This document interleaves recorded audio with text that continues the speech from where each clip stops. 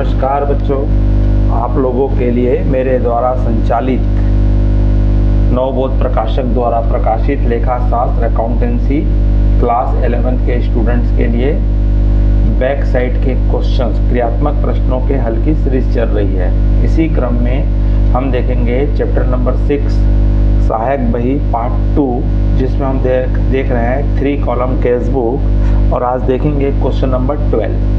बच्चों, अगर आप इस चैनल में नए हैं या पहली बार देख रहे हैं तो तत्काल इस चैनल को सब्सक्राइब कर दीजिए, आइकॉन बेल को पुश कर दीजिए, जिससे कि आपको आने वाले समस्त वीडियो की सूचना आपको तत्काल मिल सके।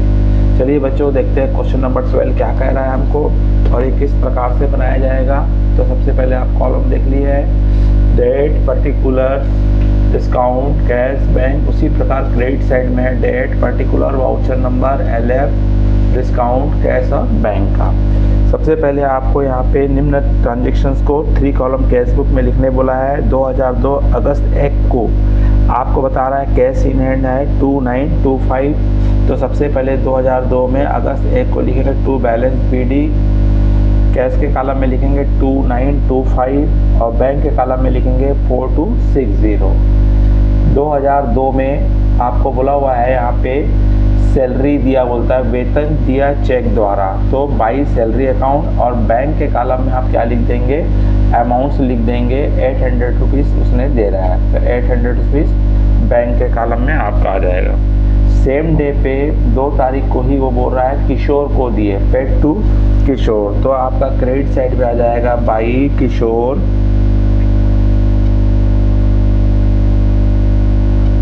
और किशोर को दे रहे हैं कैश में दे रहे हैं, इसलिए आपका कैश के अकाउंट में आएगा 290 रुपीज़। उसके बाद आपको बोल रहा है 3 तारीख को रमेश ने पूर्ण भुगतान के रूप में 712 रुपये के 700 रुपये दिए हैं। तो हमको यहाँ पे आपको क्या मिल रहा है, तो अगस्त 3 को यहाँ लिखेंगे टू रमेश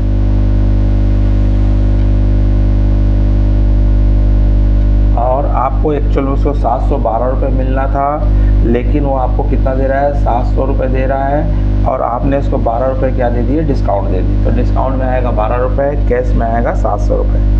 उसके पश्चात आपको बोल रहा है यहाँ पे 5 तारीख, आपका 4 तारीख को कैश परचेज बोल रहा है, तो क्रेडिट साइड में आ जाएगा अगस्त 4 को बाई परचेज,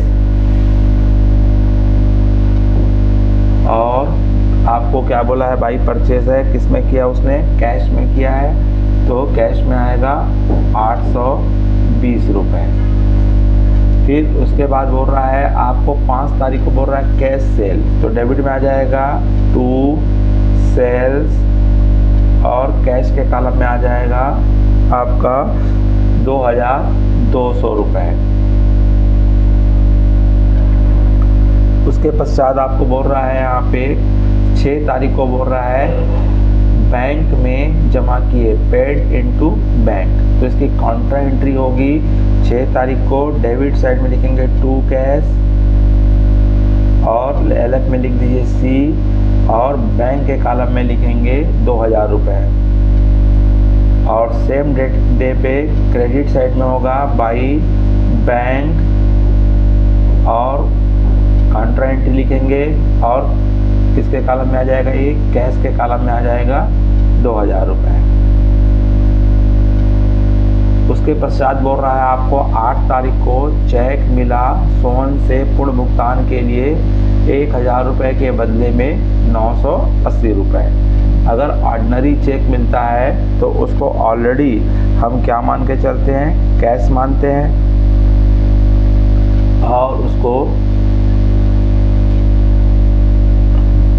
और अगर वो सेम डे पे अगर वो बैंक में जमा कर देता है तो उसको हम कहाँ लेते हैं, बैंक के कॉलम में लिया जाता है। तो यहाँ पे हमको बताया हुआ है सोहन से चेक हमको मिला है और उसको बैंक में हमने जमा कर दिए हैं, तो इसका आ जाएगा 8 तारीख को आएगा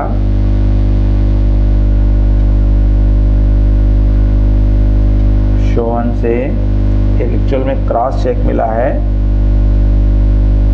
तो सबसे पहले आ जाएगा डेबिट में आएगा आपका सोहन, और बैंक के कॉलम में लिखोगे 980 रुपये और 20 रुपये लिखेंगे डिस्काउंट में। इसको क्रॉस चेक माना गया, एक्चुअल क्रॉस चेक है, वो क्रॉस चेक मिला है।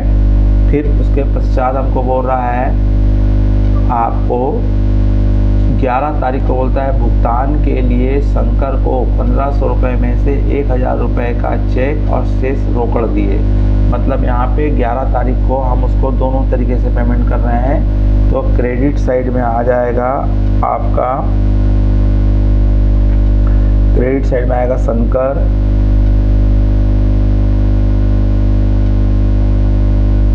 और कैश में आएगा आपका 500 रुपये और 1000 रुपये का उसने क्या दिया, चेक दिया। 1500 में 1000 का चेक दिया तो शेष बचा 500 रुपये, तो कैश में आएगा। फिर 13 तारीख को बोलता है सोहन का चेक बाउंस हो गया। जो सोहन का चेक 980 रुपये का मिला था उसको हमने बैंक में जमा किए थे, तो पता चला कि वो चेक क्या हो चुका है, बाउंस हो चुका है, जिसमें बैंक ने हमको 3 रुपये एक्स्ट्रा चार्ज भी लगा दिए। जब चेक बाउंस हो जाता है तो उसको हम उल्टा कर देते हैं, अपोजिट साइड में सोहन आ जाएगा और बैंक के कॉलम में अमाउंट आएगी 980 रुपये और 3 रुपये उसने बैंक ने क्या लगा दिया है, चार्जेस लगाया है, तो चार्जेस भी आपके क्रेडिट में आ जाएगा 3 रुपये। उसके पश्चात हमको अगला बोला हुआ है 15 तारीख को नंदलाल को नकद दिए हैं, तो क्रेडिट साइड में आ जाएगा नंदलाल को और उसने 5 रुपये हमको डिस्काउंट भी दिया है, तो क्रेडिट साइड में लिख लेंगे बाई नंदलाल और कैश डिस्काउंट में आएगा आपका 5 रुपये और नकद दिए हैं, इसे 995 रुपये आएगा कैश में। 15 तारीख को बोलता है 17 तारीख को कार्यालय उपयोग के लिए निकाला, तो कॉन्ट्रा एंट्री होगी, तो डेबिट साइड में आ जाएगा टू बैंक और कैश के कॉलम में राशि आएगी। कैश के कॉलम में आ जाएगी आपका कितना निकाला है, 1000 रुपये। और क्रेडिट साइड में आ जाएगा 17 तारीख को बाई कैश कॉन्ट्रा एंट्री और बैंक के कॉलम में आ जाएगा 1000 रुपये, क्योंकि बैंक बैलेंस 1000 रुपये से क्या हो जाएगा, कम हो जाएगा।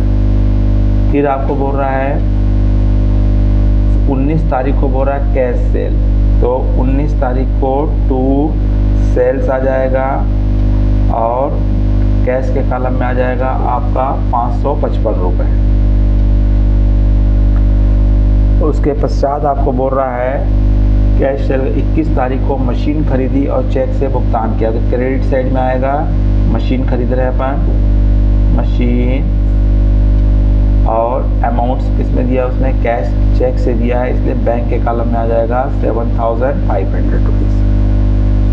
उसके पश्चात बोलता है 26 तारीख को फुटकर रोकड़िए को दिए, बोलता है पेड टू पेटी कैशियर फॉर द पेटी एक्सपेंसेस, तो पेटी एक्सपेंसेस के रूप में हम दे रहे हैं, तो क्रेडिट साइड में आ जाएगा आपका एक्सपेंसेस के रूप एक्सपेंसेस पेटी एक्सपेंसेस और अमाउंट्स पे कर रहे हैं, कैश में दे रहे हैं 150 रुपये।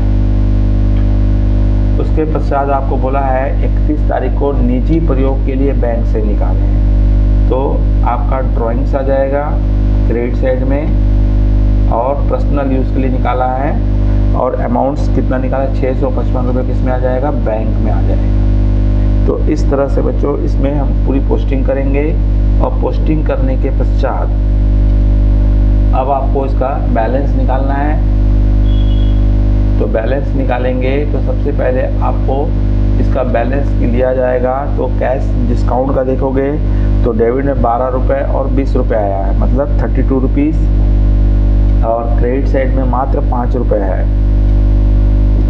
अब उसके पश्चात आप कैश का टोटल कर लेंगे, तो टोटल करेंगे 2925 700 2200 1000 और 555, तो 555। तो इन सब का टोटल करने से आ रहा है 7380 रुपये।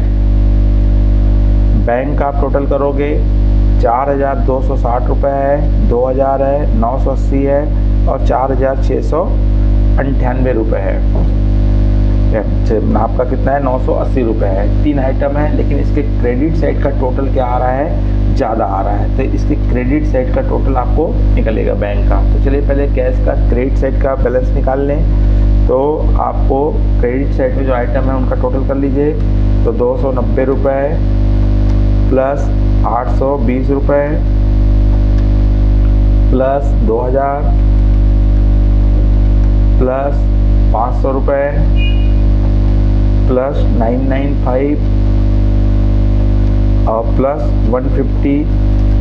तो क्रेडिट साइड का टोटल आ रहा है 4755 रुपये, जिसको आप घटा दीजिए 7380 रुपये में। तो आपको बैलेंस मिल जाएगा 2625 रुपये कैश का, 2625 रुपये, और टोटल में आ जाएगा 7380 रुपये। अब इसके क्रेडिट साइड का टोटल ज़्यादा आ रहा है बैंक का, इसलिए क्रेडिट साइड का टोटल करेंगे 800 रुपये, 1000 रुपये,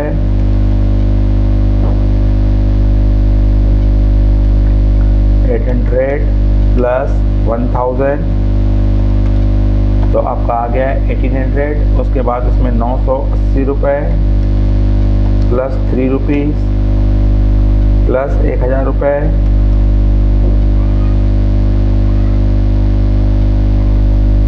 प्लस 1000 रुपये प्लस 7500 प्लस 655 रुपये। तो इसका आ रहा है 11938 रुपये। अब इसमें से आपको डेबिट साइड के आइटम को घटा देना है। 4260 रुपये माइनस 2000 रुपये और माइनस 980 रुपये। तो आपका इसका बैलेंस आ जाएगा 4698 और टोटल हो जाएगा 11938। अब इस तरह से आपका यहाँ पे कैश बैलेंस निकला है आपका 2625 रुपये, जबकि हमारा बैंक ओवरड्राफ्ट निकल रहा है। बैंक बैलेंस सीडी करेंगे कितना आया। तो इस तरह से बच्चों ये क्वेश्चन आपका सॉल्व किया जाएगा। अगर आपको समझ में आया होगा तो लाइक कीजिए, अपने मित्र साथियों को अधिक से अधिक शेयर कीजिए और कमेंट्स बॉक्स में जाकर के अपनी राय अवश्य दीजिए। नमस्कार, जय हिंद, जय भारत।